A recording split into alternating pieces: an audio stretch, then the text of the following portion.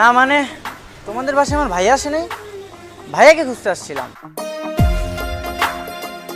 ভাইয়া তো আসে নাই, আর ভাইয়াকে খুঁজতে আসছো নাকি অন্য কাউকে? অন্য কাউকে মানে?